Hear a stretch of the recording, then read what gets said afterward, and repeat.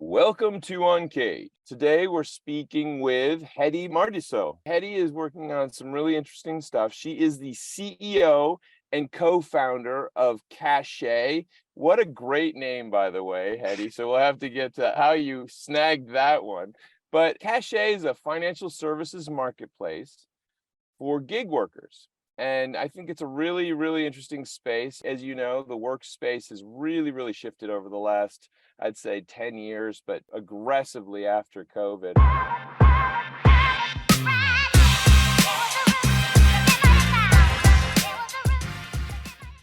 We'll get into the Cachet business model and what Hedi and her team are building. But before we get there, Hedi, tell us a little bit about you and your career. Well, about me. So I started to work quite young. I'm originating from Estonia. I'm living in Estonia, and I have worked probably majority of my career that I live in Estonia, but I work outside. So before I founded Cachet together with my co-founder, I was working quite many years in a bank, one of the largest Nordic banks called Swedbank, and worked on different topics connected with IT, communication, and also some of the data issues. And before that, worked in a business software house where I was literally on the road 15 to 20 days out of every month. So I've been globetrotting a lot with my work, but I have enjoyed living in Estonia while doing that. Well, I know what that life is like. It has its pros and its cons, but it sounds, and I know how amazing Estonia is. So you are quite lucky to be there. But tell me a little bit more about Cachet. I see that you started it, in 2018. Tell me about the pathway of this whole business. Yeah, so I think it all got started while from my side, while I decided that I've been too long working in a bank, and the world kind of, how to say, rushes past while the large ship is sailing with its own path. It was a great journey and a great company, but definitely this kind of big itch was inside to do something on myself and on my own, and figuring out how to really fulfill some of the goals that I've set myself. So we met with my co-founder Kalle, who's actually a former politician. So he was member of Estonian Parliament for many years. So it's a very interesting background as well. But what we both shared, and he was also looking a bit for maybe different things in life than only being member of Parliament. So we were looking and starting to discuss lots about how the future of work will be, and what's happening more in the data area, which has been a big passion of my own. And then we ended up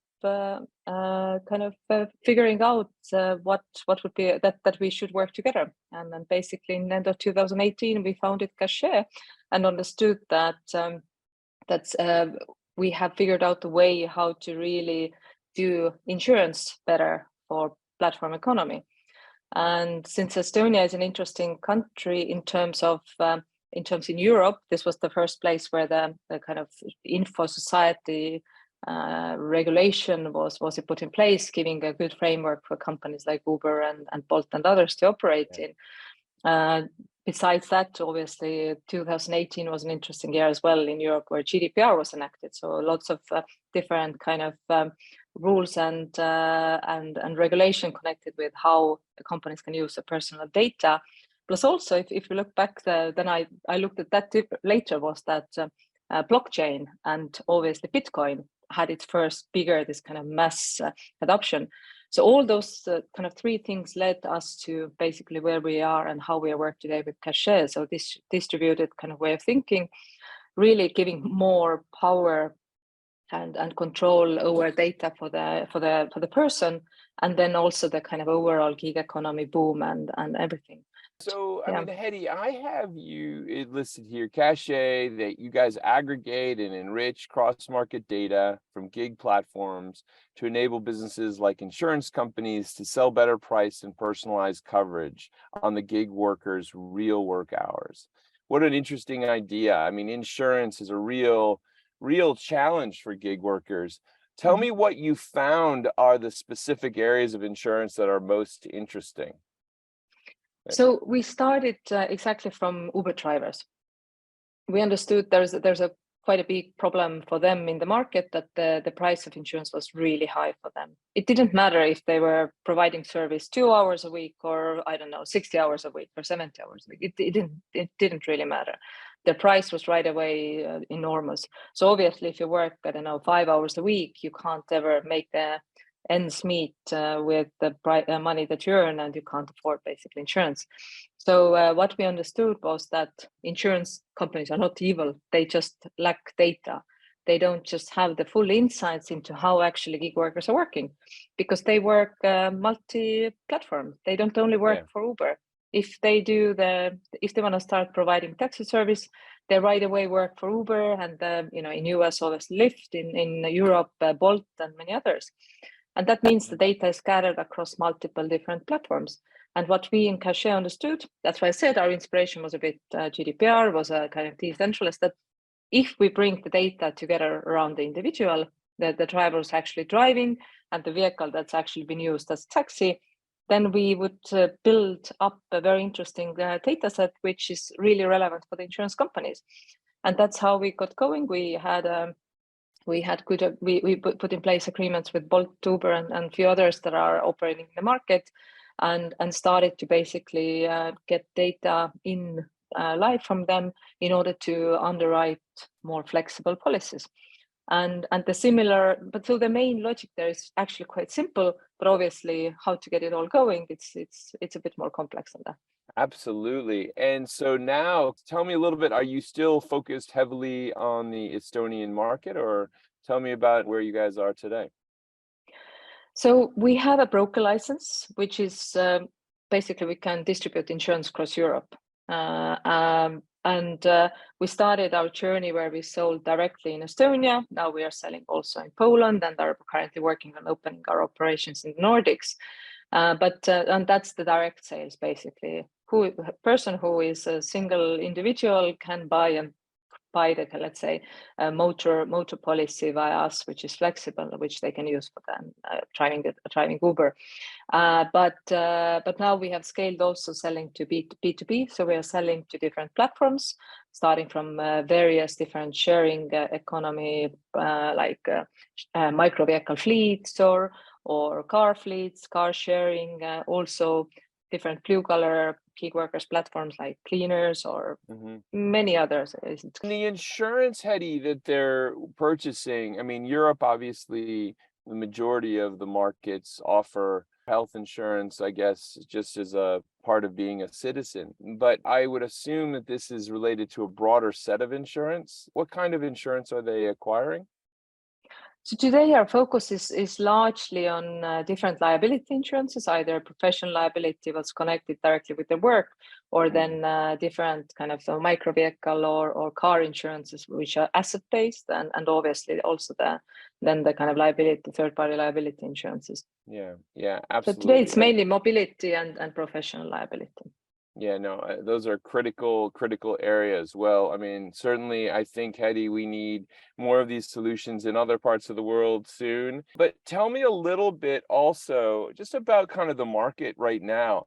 I love the thought of this expanding gig economy and individuals essentially securing and controlling in some ways some of these elements that had, at least in certain economies, let's say the US and the UK, had kind of shifted all of that authority and control over to businesses and kind of said, businesses, you have to do this. Tell me a bit about where we are in terms of that kind of shift. Is it continuing? Is it expanding?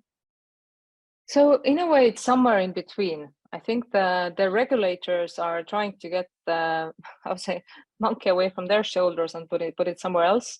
But end of the day, what we are really kind of being outspoken as well is like, end of the day, we should work on solutions actually to simplify the life of a gig worker. Why can't we make everything so that it's not rocket science to do your business? I come from Estonia, so I'm in a very lucky situation for us doing taxes takes 3 minutes, and we can do everything digitally, by the way. With it's only we can't get divorced. Everything else we can do digitally. So we are used to that lifestyle. For me, it's the question: why can't we, in every country, allow this kind of simple way of doing business for every gig worker? And from that side, one of the key things is, instead of actually putting the responsibility often to the platforms, let's figure out how to make the life of a gig worker much easier in terms of regulation, in terms of all the benefits, etc. And I think this is kind of what we are there for. But to answer maybe your question more concretely, it's still somewhere in between. So actually in last week, there was a big directive in Europe which is connected with the platform work.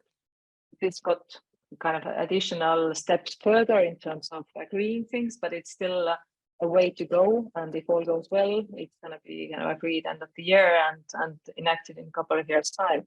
There's a still way to go to have some sort of framework agreed in Europe, but the fact is, people love to work like that. They want to be free. They want to do the flexible work. Don't want to work for one employer. So one way or another, this is figured out, and companies like Cachet are really trying to be the enablers of this lifestyle. And I think we are getting there. Yeah, well, I love it. And it's funny, I've been asking a lot of people lately about freedom, because I think that personal idea of freedom is something that's ingrained in our psyches as humans, but not necessarily when you ask people what actually freedom is, it's a little bit harder to describe and very different for different people. But I want to shift gears a little bit, Hedi, and talk about, here you are, you had a fabulous career in the financial services sector, and you then decided to shift over to becoming an entrepreneur, and not only just an entrepreneur, but a superstar entrepreneur. I see that you're part of the Techstars portfolio. What drives that passion to be an entrepreneur?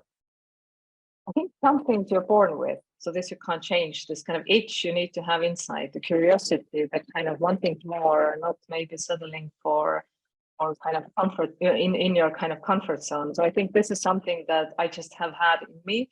But if we look further, it's just actually wanting to live and kind of live a fascinating life. And as an entrepreneur, you are the one that sets your own agenda. And I think that this is one, but also I think the overall purpose of understanding and figuring something out and just wanting to kind of, I don't know, it's going to sound always a bit tacky, that make the world a bit of a better place via some of the things, because I think what is something very special for the whole Cachet team is that we very strongly believe that our mission, that we like sharing economy. We believe that it's the only way forward to share different assets. I mean, in order to do that, we need to make it much more secure and safe and kind of simple. So that's one part, and we also strongly believe that whatever survey you read, you said you look deeper into the freedoms. That actually there is no logic anymore. That there is only one employer, 95, very fixed, and that's it. So if you look how much people, when we started our journey, we were laughing at whoever we reached out in Estonia and asked for help. Everybody had their own, like a juridical company that they could provide service with, like literally everyone who we contacted. And I think around 95%, it didn't matter if they worked in, I don't know, Google or in Bolt or wherever. So yeah, of course, I can help you, or I can do a few hours. That's my company account. So a little bit of stuff. Oh, it's not like only Uber drivers that are Uber drivers. That all of those people that reached out are actually gig workers. So why this isn't more normalized? And then we understood that this is very much connected with insurance, very much connected with overall taxes, and just the kind of I would say universal agreement of the different societies. And I think this is where the world is moving, and it's not triggered by individuals. Actually, now more and more triggered by large corporations who are. I used to work in a bank, so I kind of get a bit their goals. So everybody wants to be more and more efficient, and obviously the biggest cost is always staff. So the diversification is actually going to be the thing. Yeah, I love that. And I think that you're obviously onto something extremely important and extremely growing. And certainly there's something about being born to push forward with new ideas. But I love really kind of this movement that you're part of. And anyone who has children of any age. I have children that are setting out on their own now as young adults, and you can see they have no desire at all to correspond to any kind of 9 to 5 work structure. They think it's insane. They think the idea doesn't make any sense. And so it's wonderful to see companies like Cachet offer solutions. So, Hedi, as you look forward, here we are in another interesting, I'd say, economic cycle. What's on the horizon for Cachet, and what do you think is going to evolve over the next, let's say, 18 months? So for us, we have really done a lot of work in proving and testing and actually building up different technologies and data models, which is everything that then supports today largely insurance, and then in future other financial services. So now we are full gears on scaling. So this is basically what we want to do. Like I said, we are today selling across Europe like B2B insurance, but we are now scaling and aiming to really reach to kind of every country in Europe in probably next few years, and then obviously further. And hopefully the kind of bets we have done towards what are the solutions and what are the main ways of solving these small problems in terms of data sharing and everything will be nicely put in place, and the kind of standards are created, and obviously we aim to be one of the standards in the long term how the platform economy and gig economy insurance is going to be done. I love it. Well, scaling is always an exciting process, and I'll be excited to hear how that goes for you in the future. But Hedi, if someone wanted to learn more about what you and the Cachet team are working on, where's the best place to reach you? So obviously, I'm on LinkedIn. You reach out. If you're not only selling me software, then I'm more likely to answer. But jokes aside, but also obviously we have a website and we are currently redoing a lot. So in a couple of months' time, lots more info will be published what we actually have been doing. And yeah, I think I'm speaking in quite many events, and so is my co-founder Kalle. So please do reach out when you see us at any of the events or any other Cachet events. Well, Hedi, I mean, congratulations. Certainly the Cachet story is a very, very exciting one. And also, I would say it's a really great example of a company that's reshaping the way that we think about work and think about how we protect individuals in that context of work and the roles of businesses and society. And I guess most notably, customer data, individual data, and how it's utilized. Hedi, thank you so much for being on the show. We've been speaking with Hedi Mardisoo. She is the CEO and co-founder of Cachet, which is a financial services marketplace for the gig workers. They aggregate and enrich cross-market data from gig platforms to enable businesses like insurance companies to sell better price and personalized coverage based on the gig workers' real work hours. They are a superstar company. They're a part of the Techstars portfolio, and they are in the process of scaling their business. Hedi, thank you so much for being on UNCAGED, and we look forward to having you back. My pleasure.